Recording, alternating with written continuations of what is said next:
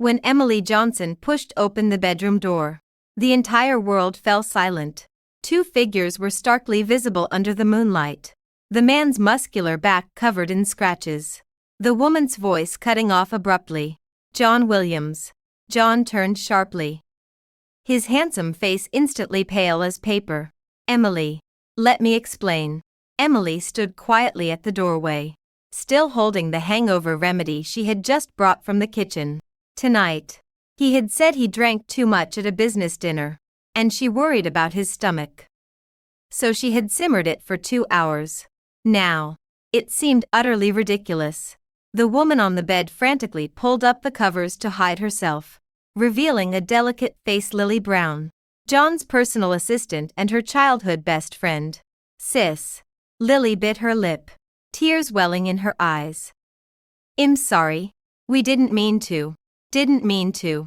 Emily gave a light laugh, and the hangover remedy slipped from her hand, the glass bowl shattering on the floor like her heart at that moment. Does it matter if it was intentional or not? Her voice was so soft she could barely hear it herself, but that calmness was more terrifying than any rage. John got out of bed naked, trying to approach her. Emily. It's not what you think. Not what I think. Emily took a step back. Then what is it? You're in my bed, wearing the robe I bought you, saying the sweet nothings I often hear. It was all an accident. An accident. Emily pointed to the condom wrapper on the nightstand. Is this an accident too? And the necklace on Lily's neck, isn't that the one I gave you? Did you just hand it over to her? John's explanation died in his throat.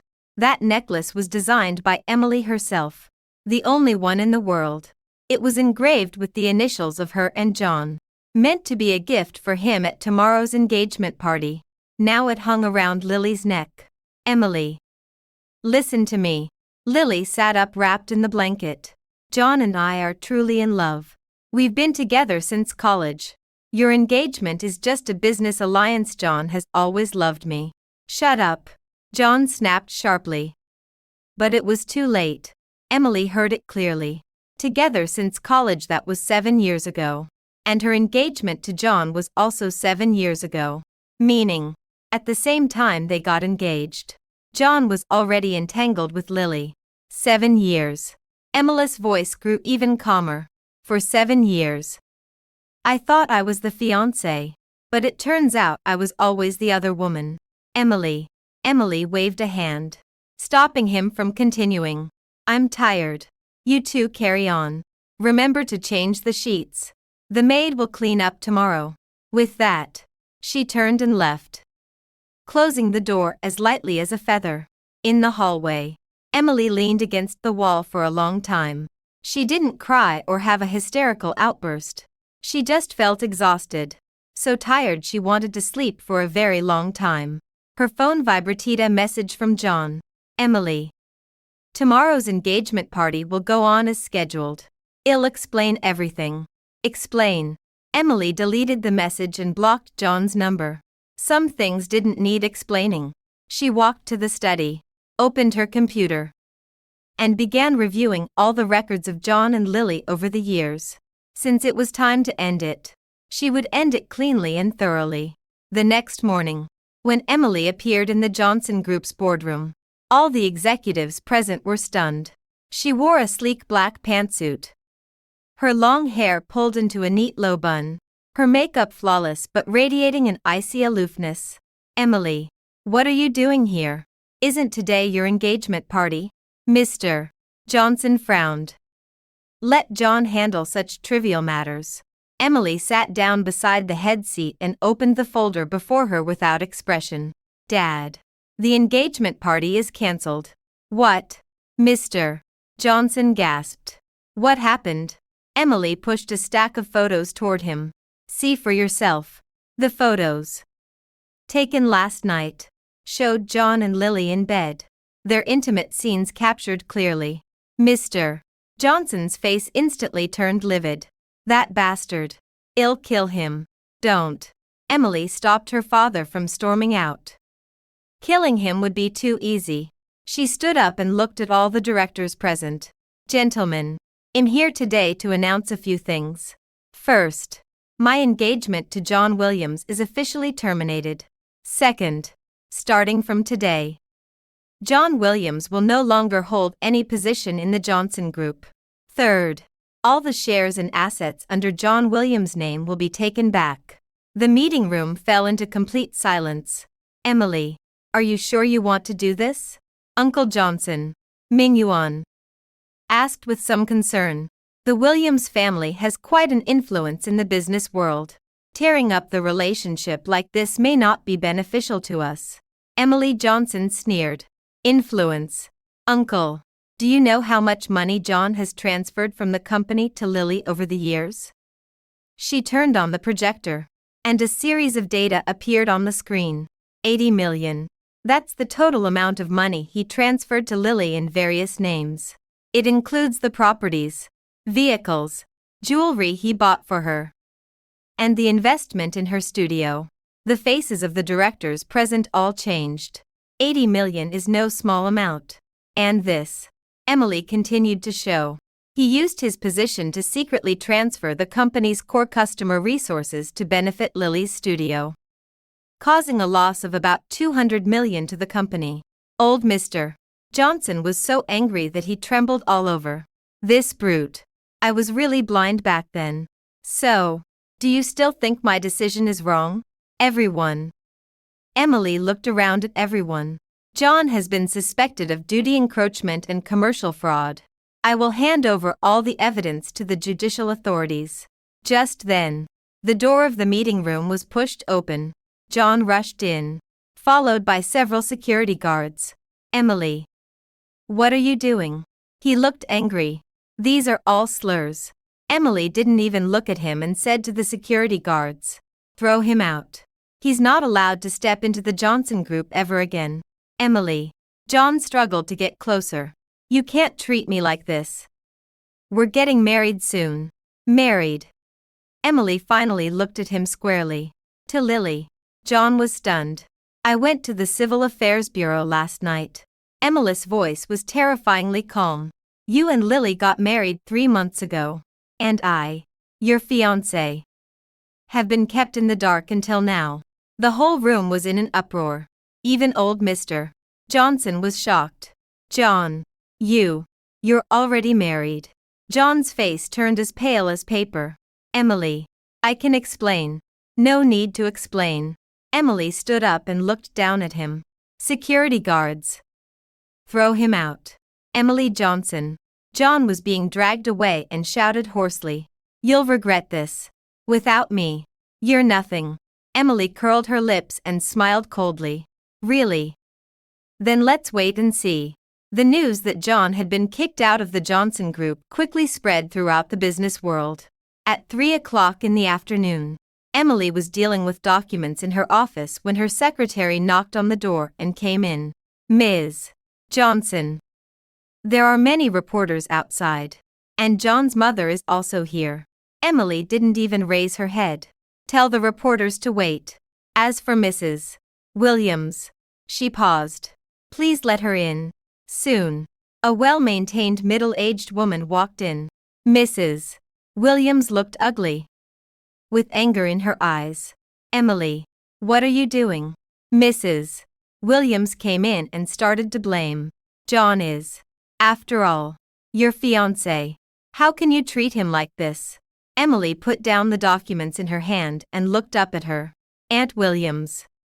Your son is already married and has nothing to do with me. It was just a temporary measure. Mrs. Williams quickly explained. That bitch Lily threatened John, saying she would commit suicide. That's why John had to marry her. He's always loved you in his heart. Emily wanted to laugh. A temporary measure. 7 years since college is a temporary measure. Mrs. Williams' face changed. You know everything. I not only know about their relationship, but also more. Emily took out a folder from the drawer. For example, the baby in Lily's belly. Inside the folder was a hospital examination report showing that Lily was 2 months pregnant. Mrs. Williams' face turned completely white. This, and this. Emily continued to take out evidence. The record of John's property transfer overseas. He deposited all the money transferred from the company into Lily's overseas account. Emily, listen to me. No need to say any more. Emily interrupted her. Aunt Williams. What your son has done is suspected of criminal offense. I'll give you an hour to let him surrender himself voluntarily. Otherwise, I'll call the police directly. Mrs. Williams trembled all over. Emily, you can't do this. John, he has a child.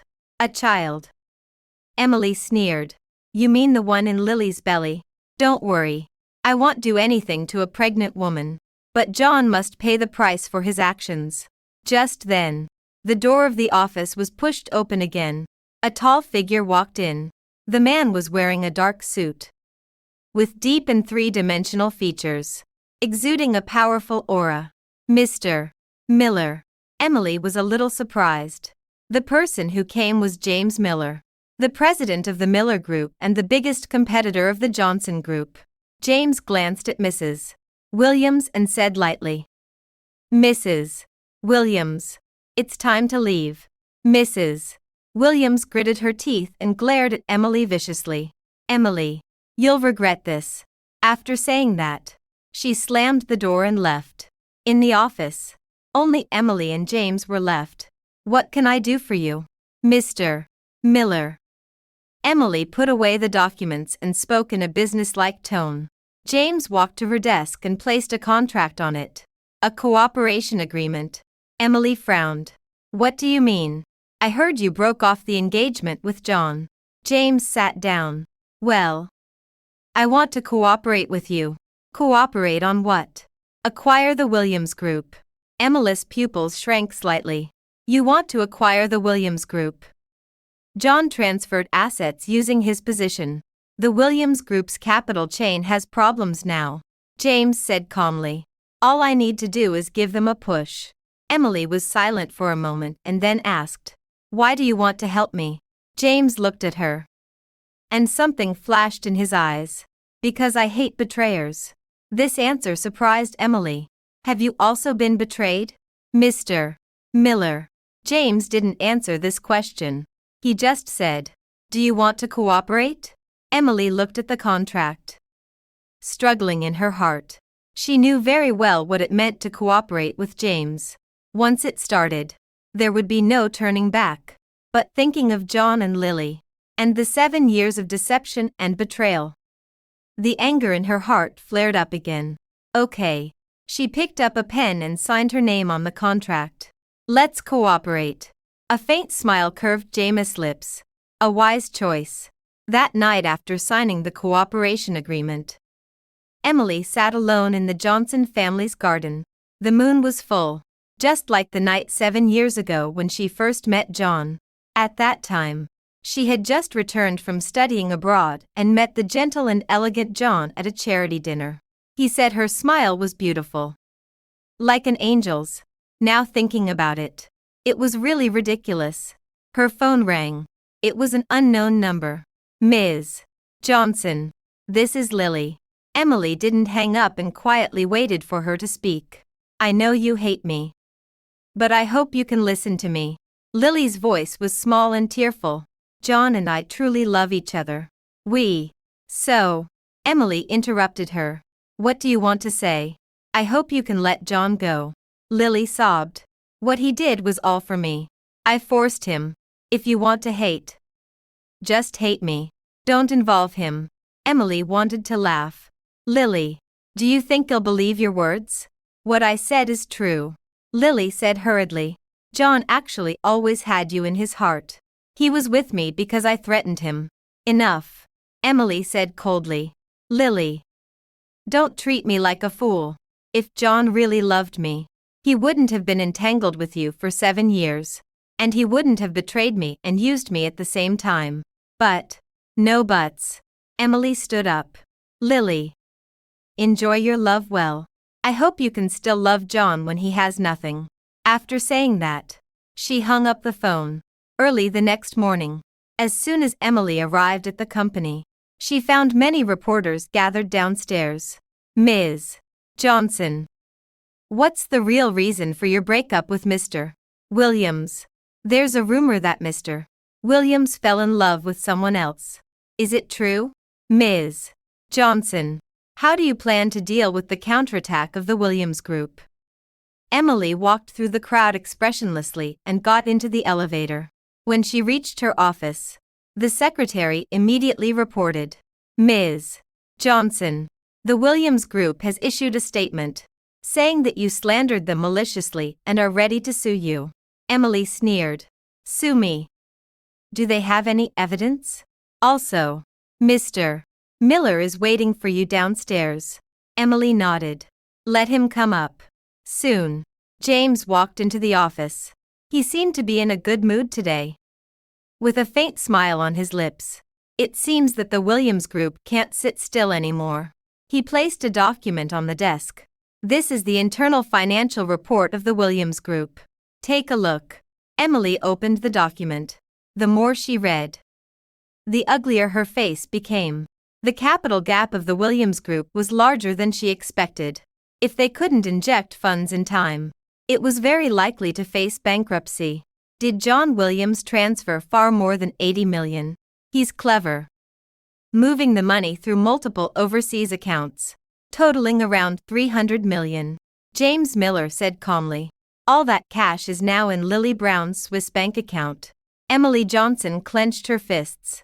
$300 million. Angry. James observed her expression. Angry. Emily laughed. But her smile looked more like a grimace. I just feel ridiculous. For 7 years, I thought I'd found true love, only to realize I was just someone else's ATM.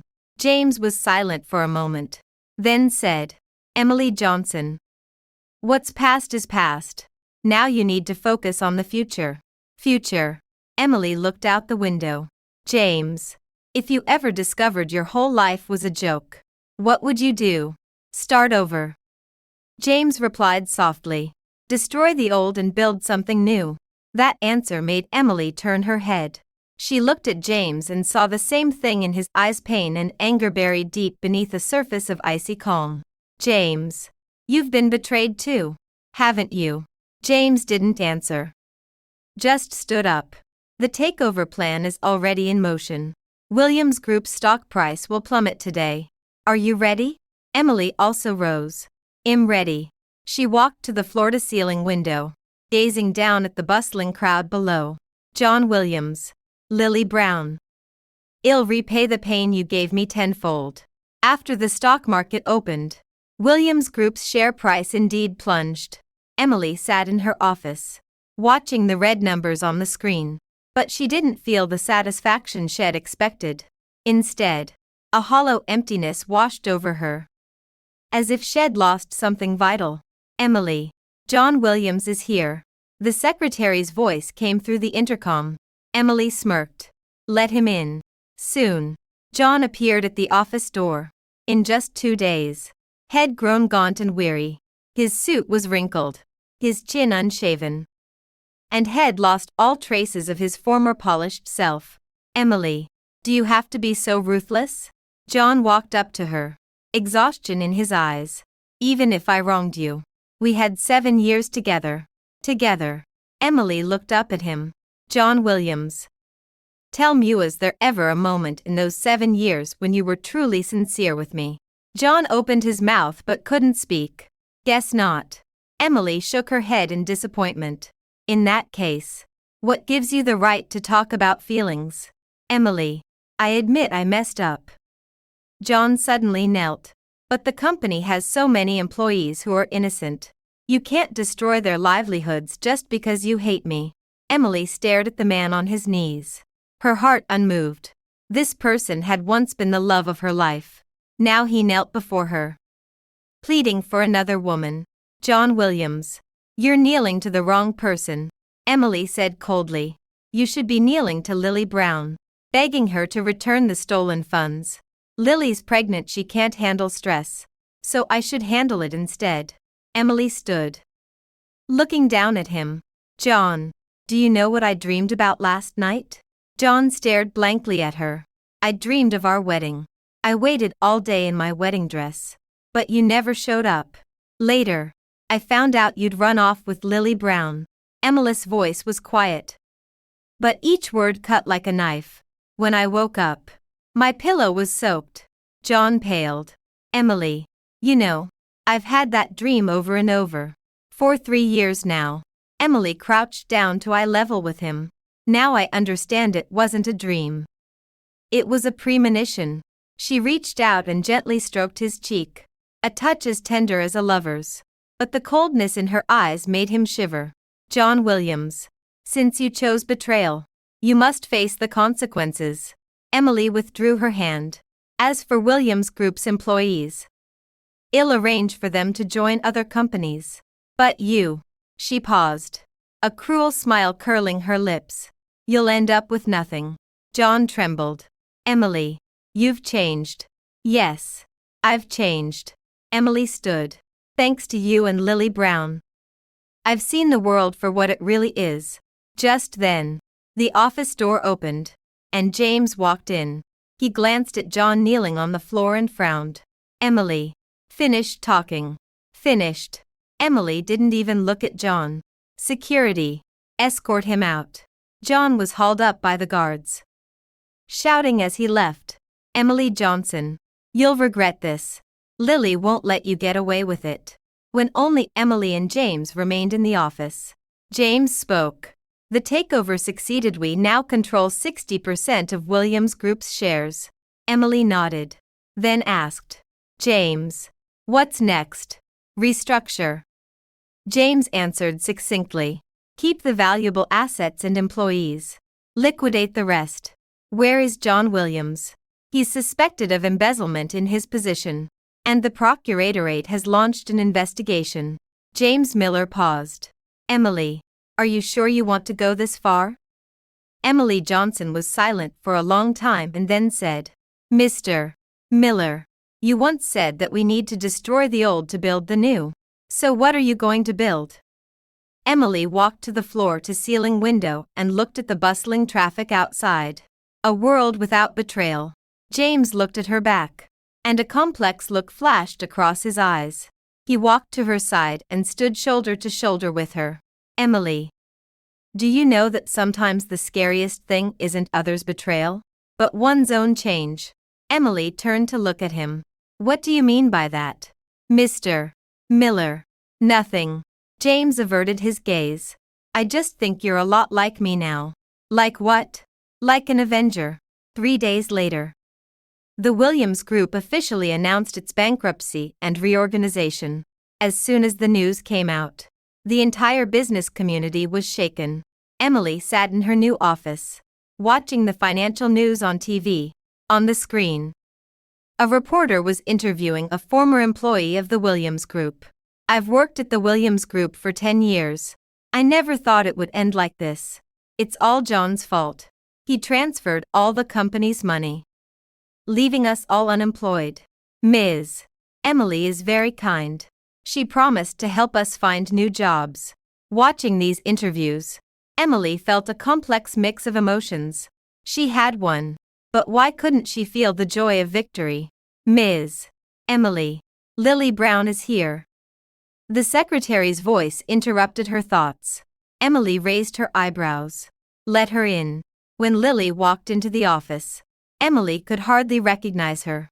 The delicate makeup of the past was gone, replaced by a haggard bare face. She was wearing a loose maternity dress, and her belly was slightly swollen. Sister, please, spare John, Lily said with red-rimmed eyes. Emily didn't ask her to sit down. She just looked at her coldly. Lily, why do you think I should spare him? Because we grew up together. You can't bear to see me suffer. Can't bear to. Emily sneered. Lily, could you bear it when you were in my bed? Lily's face turned pale. Sister, I know I was wrong. Wrong. Emily stood up and slowly walked towards her. What was wrong? Was it wrong to seduce my fiancé? Or was it wrong to betray our friendship? Both. Both were wrong. Lily sobbed. Sister, we've had such a good relationship since childhood. Please forgive me this time. Okay. Emily walked up to her and reached out to stroke her cheek. The movement was gentle, just like when she comforted Lily when they were kids. But the next words made Lily feel like she was falling into an ice cave. Lily, do you know what I hate the most? Lily shook her head. Betrayal. Emily's hand stopped on her face. Especially the betrayal of the people closest to me. Sister, you've always been smart since childhood, knowing how to act coquettishly and please adults. Emily continued. I always thought you truly regarded me as your sister. I really did. Lily said hastily. Sister, I've always regarded you as the most important person. The most important. Emily let go of her hand and took a step back. If I were really important to you, would you sleep with my fiancé? Would you get pregnant with his child? Would you help him transfer my family's property? Lily was rendered speechless. Lily, do you know what I've found out? Emily walked back to the desk and picked up a document. In the past 7 years, how much business confidential information have you obtained from me in the name of being my best friend? The document was densely filled with what Lily had done over the years. Every important decision of the Johnson Group. You would reveal it to John in advance. Then John used this information to make profits in the stock market. Emily said word by word. How much money have you made from me over the years? Lily's face grew paler. Sister, also, do you think I don't know that you drugged my coffee? This sentence completely broke Lily down. Sister, you know everything. She slumped into the chair and could no longer maintain her weak pretense. Since you know everything, I won't pretend anymore. She looked up, and the tears in her eyes disappeared instantly, replaced by cold hatred. Emily Johnson, do you think you're smart? Lily Brown sneered. Do you know why John Williams chose me over you? Emily Johnson didn't speak, quietly waiting for her to continue. Because you're too stupid. Lily Brown stood up.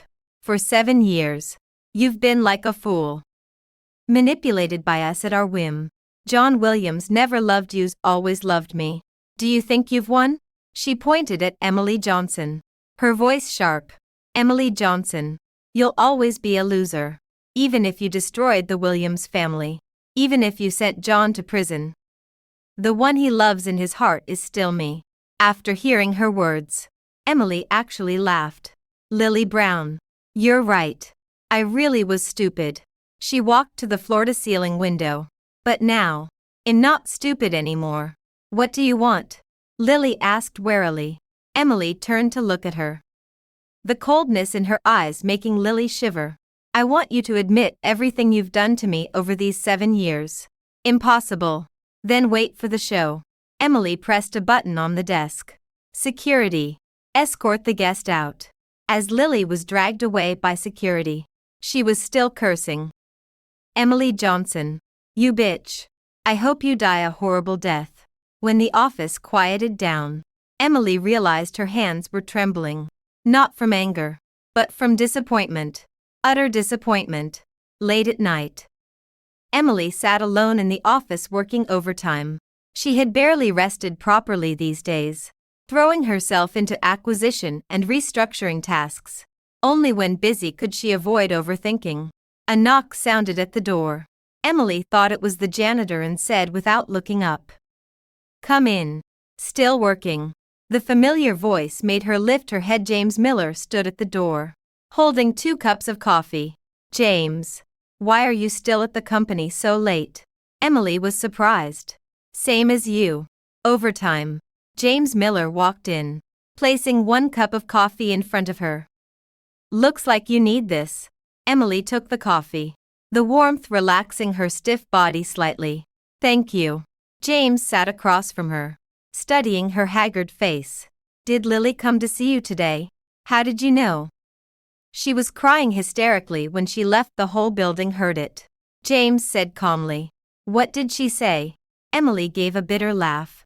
She admitted everything over these 7 years was a scheme. Expected. Yeah, expected. Emily took a sip of coffee. James, do you think I'm a failure? That I couldn't see through the people closest to me? James was silent for a moment. Then said, "It's not that you couldn't see through idiot didn't want to believe." "What do you mean?" "You actually had doubts in your heart all along. But you weren't willing to face reality." James' voice was soft. "Sometimes, believing takes more courage than doubting." This made Emily fall into deep thought. James was right. Over the years, she had indeed noticed some anomalies but always chose to believe John's explanations. "James, how do you see through people?" Emily asked curiously. "By experiencing betrayal." James' reply was terse and forceful. "Can you tell me your story?" James looked at her, a complex emotion flashing in his eyes. 5 years ago, I had a fiancée." Emily didn't speak, quietly waiting for him to continue.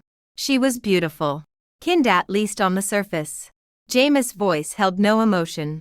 "We dated for 3 years and were preparing to marry." "Then what?" "Then I found out she was having an affair with my brother." James sneered. "Not only that, she leaked my business secrets to a competitor." Emily was shocked. "Your brother, half-brother," James explained. "He always wanted to seize control of the Hua family. So she was a spy sent by him." "Not at first. But later she was." Pain flashed in James' eyes. "She said she did love me originally. But my brother gave her more."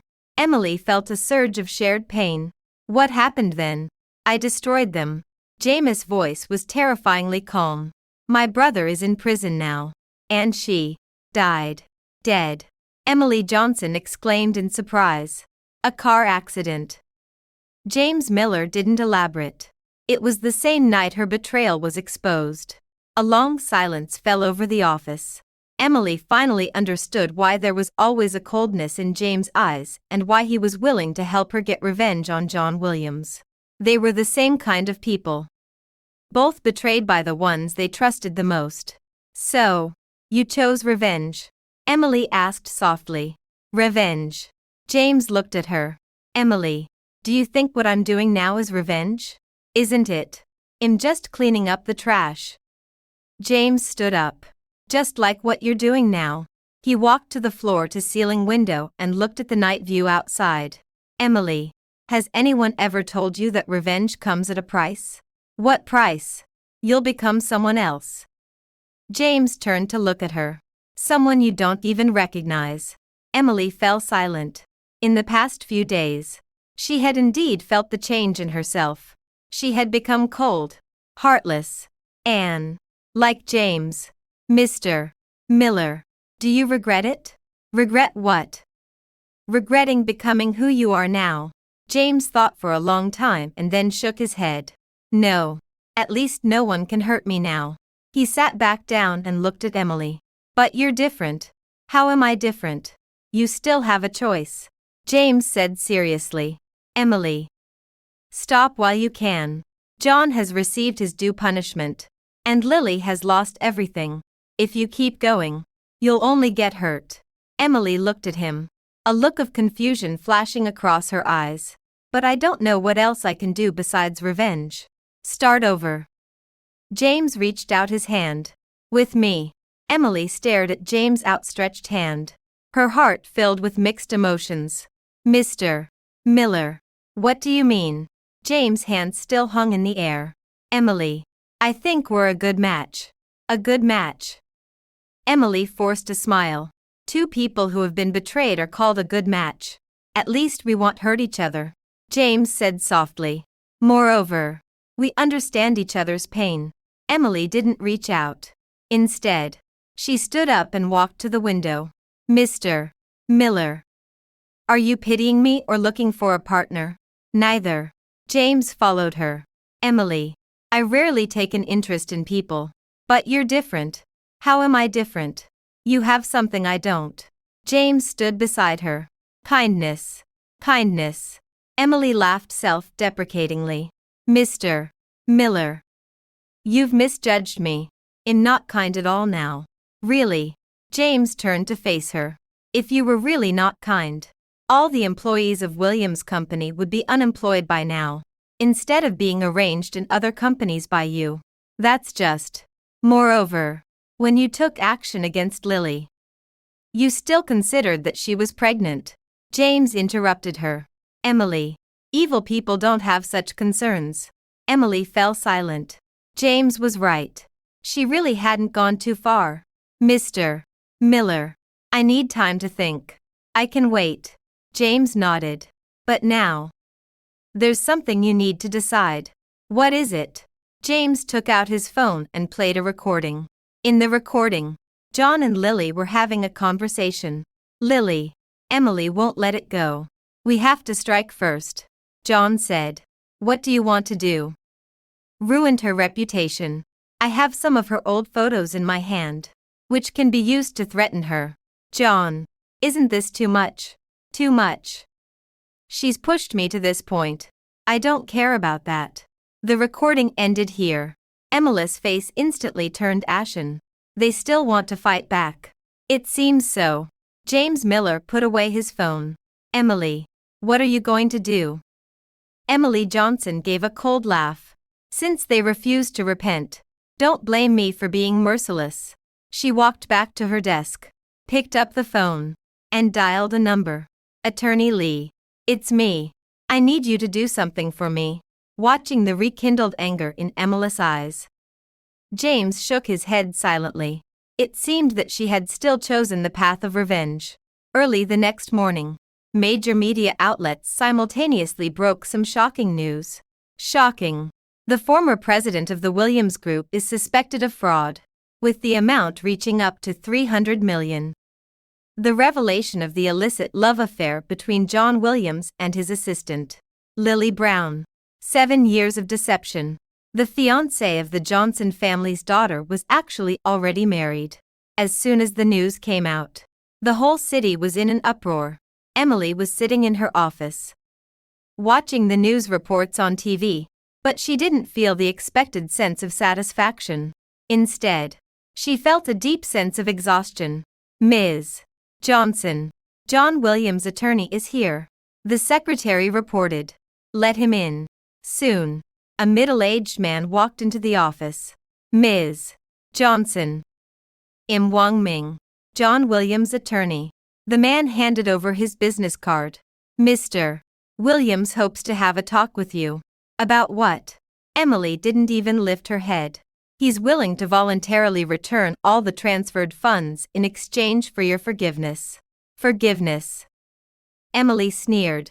Don't you think it's too late to talk about forgiveness now? Ms. Johnson.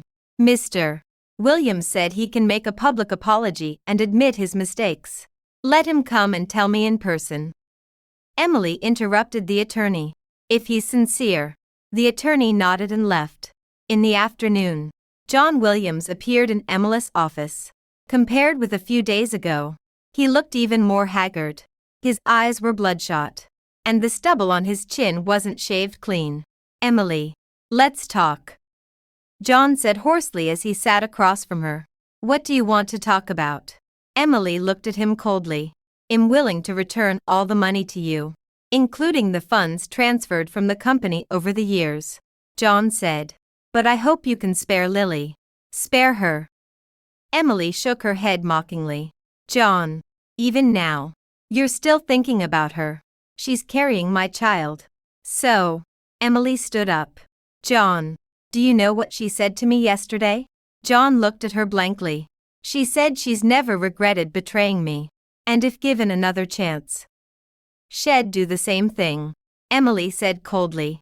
Do you think such a person is worth protecting? It can't be true. Lily isn't such a person.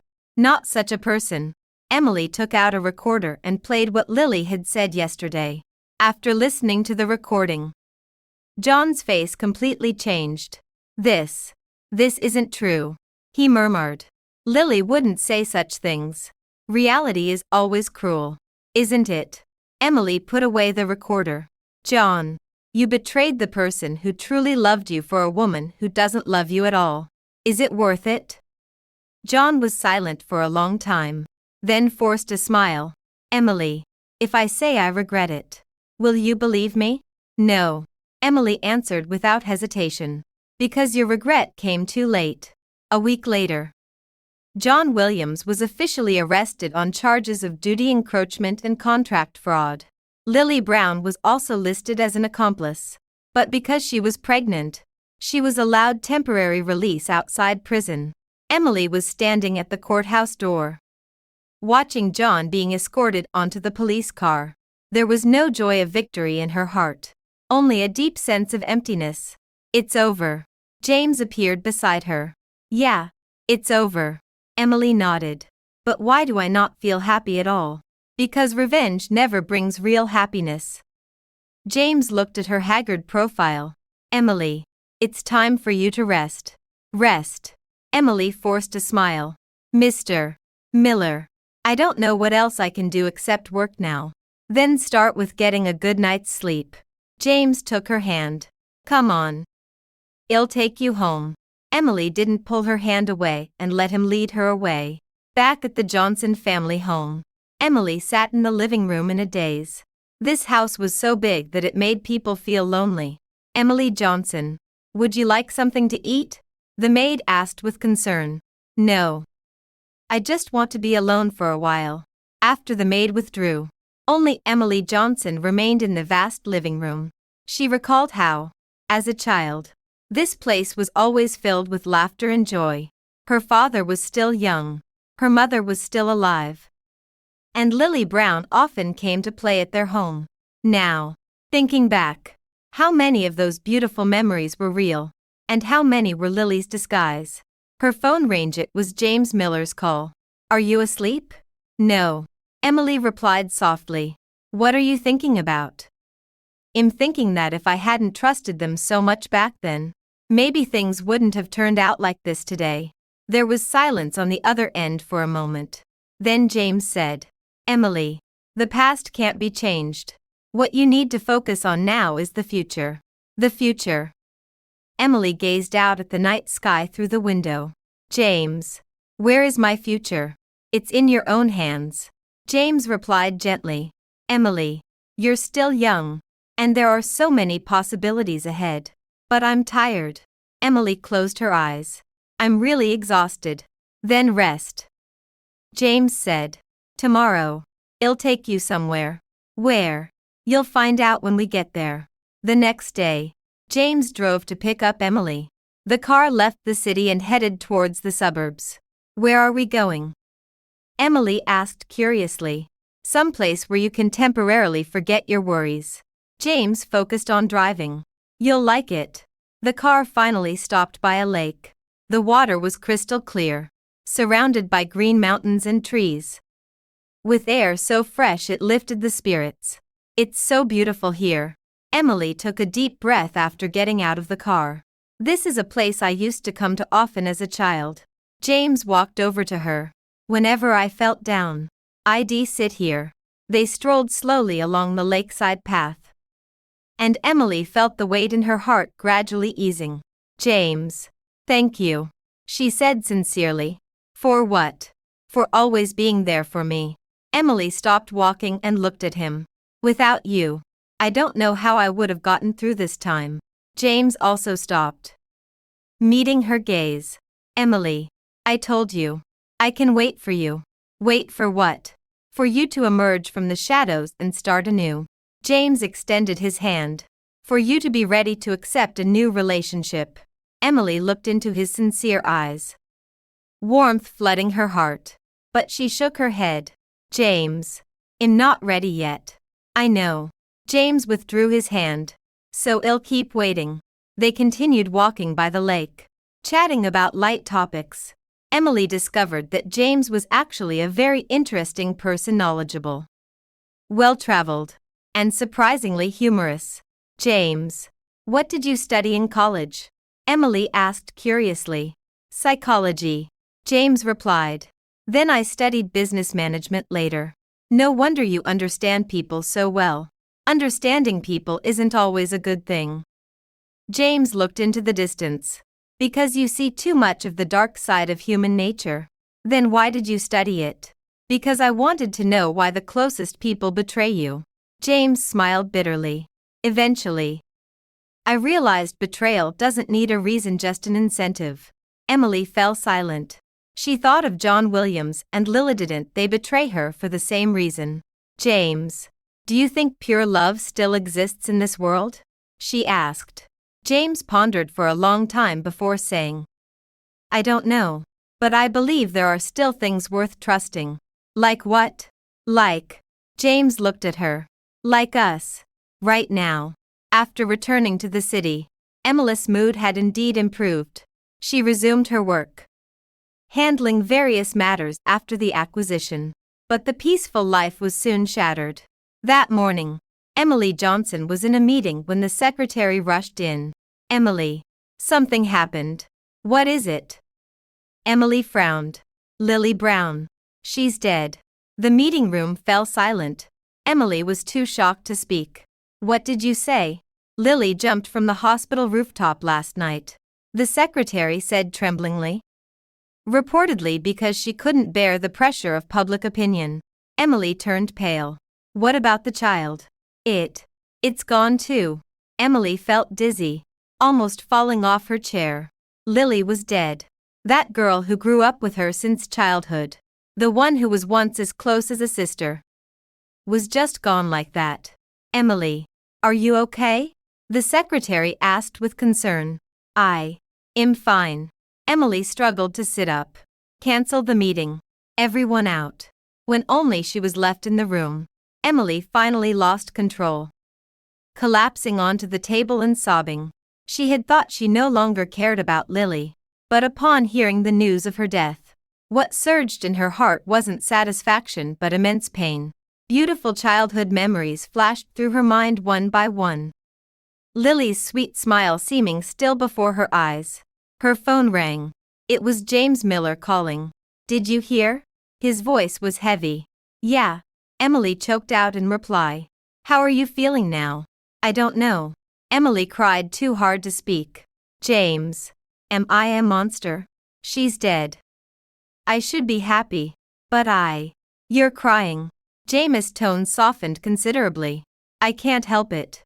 Emily, listen to me, James said seriously. Lily's death has nothing to do with you. She chose to end her life because she couldn't face the consequences of her own actions. But if you hadn't exposed her, she would have kept hurting others. James interrupted.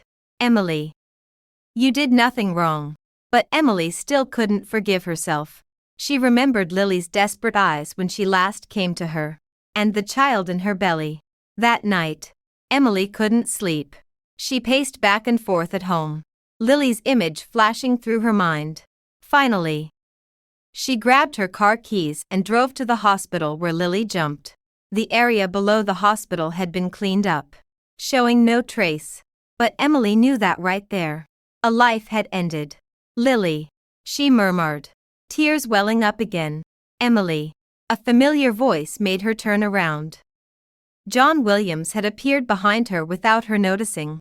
He was dressed in black, his face as pale as paper. How did you get out? Emily asked in surprise. Released on bail. John's voice was hoarse. Emily. Lily. Is Lily really dead? Emily nodded, watching his broken state, complex emotions rising in her. It's all my fault. John knelt on the ground, crying out in pain. If I hadn't betrayed you, if I hadn't dragged her into this whirlpool, she wouldn't have died. John. Emily. You were right. I'm a scumbag. John looked up at her, his eyes filled with regret. I betrayed you for money, caused Lily's death, ruined everyone. I don't deserve anyone's love. I'm just trash. Seeing John in such agony, the hatred in Emily's heart gradually faded. The thrill of revenge was long gone, leaving only endless exhaustion and emptiness. John. What's past is past. Emily crouched down. Lily's death isn't solely your fault. We all share responsibility. Emily. John looked at her. Can you forgive me? Emily Johnson was silent for a long time, then shook her head. I can't forgive, but I don't hate anymore. She stood up, looking at the hospital building one last time. John Williams. We should both start over. Lily Brown's funeral was held on a rainy afternoon. Emily stood in the cemetery, gazing at the tombstone engraved with the words Lily Brown. Her emotions indescribably complex. Few people attended the funeral, just her, John, and a few distant relatives of Lily Brown. Lily. I'm sorry. John knelt before the grave. His voice choked. It was all my fault. Emily silently placed a bouquet of white chrysanthemums, then turned and left. As she reached the cemetery gate, she encountered James Miller. Have you been waiting long? Emily asked. Not long, James replied, holding an umbrella over her. Is it over? Yes. Emily nodded, then looked at him. James. The first want to ask you a question. What is it? If your fiancé hadn't betrayed you back then, would you have been happy together? James pondered for a moment. I don't know. Maybe. Maybe not. Why? Because a relationship built on illusions will eventually collapse. James gazed into the distance. Even if she hadn't betrayed me, we lacked the most important thing. What thing? Trust. James turned to look at her. Emily. Love without trust is like a castle built on sand. It crumbles with the first gust of wind. Emily nodded thoughtfully. They walked together toward the parking lot, the rain tapping rhythmically against the umbrella. James. Do you think we have trust between us? Emily suddenly asked. James stopped walking. What do you think? I don't know, Emily said honestly. It's hard for me to trust anyone right now. Then take it slow, James said gently. Trust isn't built in a day. It takes time. Back at the office, Emily found a letter on her desk. The envelope bore no sender's name, only the words to Ms. Emily. She opened it to find Lily's handwriting. Dear Emily, by the time you read this, I should be gone. I know you hate me, and you have every reason to. Over the years, I did many wrong things to you, but I want you to know that those happy childhood moments were genuine. Back then, I truly saw you as my best sister. It was only later that jealousy changed me. I envied your background, your wealth, everything you had. That envy made me ugly and ruthless. I took advantage of your kindness and betrayed your trust. It was the biggest mistake of my life. Dear Emily, I don't ask for your forgiveness, only that you forget me. Forget the ugly Lily and remember the innocent Lily from our childhood. Also, John truly loved you, at least at the start. I was the one who dragged him into the abyss and destroyed your relationship. If there's a next life, I hope to be reborn as a better person and be your good little sister again. Lily. After reading the letter, Emily burst into tears. She realized Lily wasn't a complete demon. She'd had moments of purity and had genuinely loved her once. But jealousy and greed had blinded her, leading her down a path of no return. Emily recalled Lily as a child, that little girl who would beam with joy over a piece of candy, the good little sister who stayed by her bedside when she was sick. Perhaps everyone has a kind side within them, but under life's trials, some hold on to their innocence while others lose their way. James pushed the door open and saw Emily crying. He immediately walked over. What's wrong?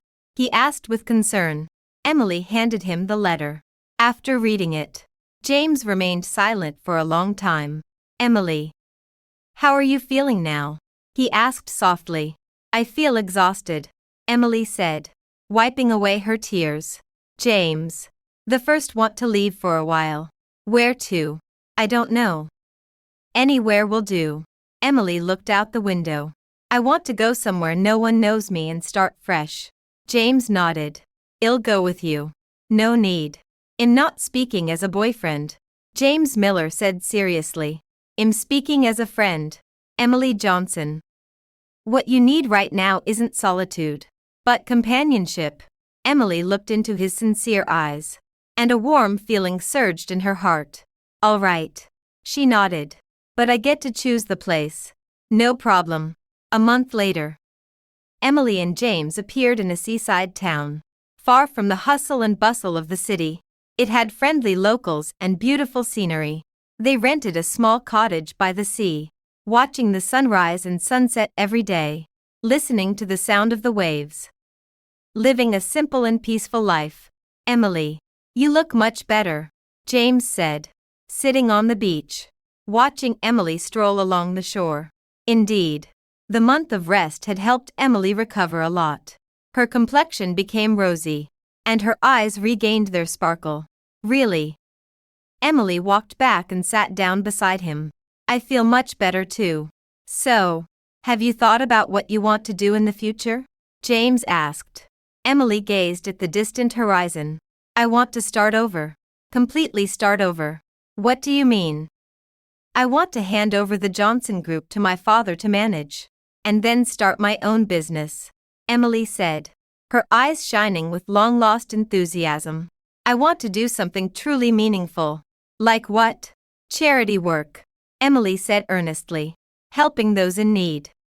Especially people like me who have been deceived and betrayed. James looked at her, his eyes full of admiration. That's a great idea. Would you like to join me? Emily turned to look at him. Not as a business partner, but as a friend. I'd be delighted. James answered without hesitation. They smiled at each other, as if returning to the ease they felt when they first met. James. Emily suddenly called his full name. Thank you. For what? For walking with me through the darkest times, Emily said sincerely. Without you, I don't know what I would have done. James reached out and held her hand. Emily, we're friends. Friends don't need to say thank you. Emily felt the warmth of his palm, and a strange sensation welled up in her heart. This feeling was different from her love for John Williams. It lacked that intense passion but brought a sense of security and steadiness. James. She spoke again. I think I'm ready. Ready for what? To believe in love again, Emily said, looking at him with clear, bright eyes.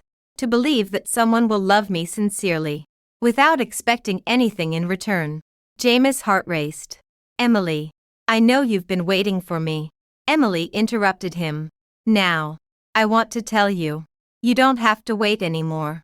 With that, she actively reached out and interlocked her fingers with his.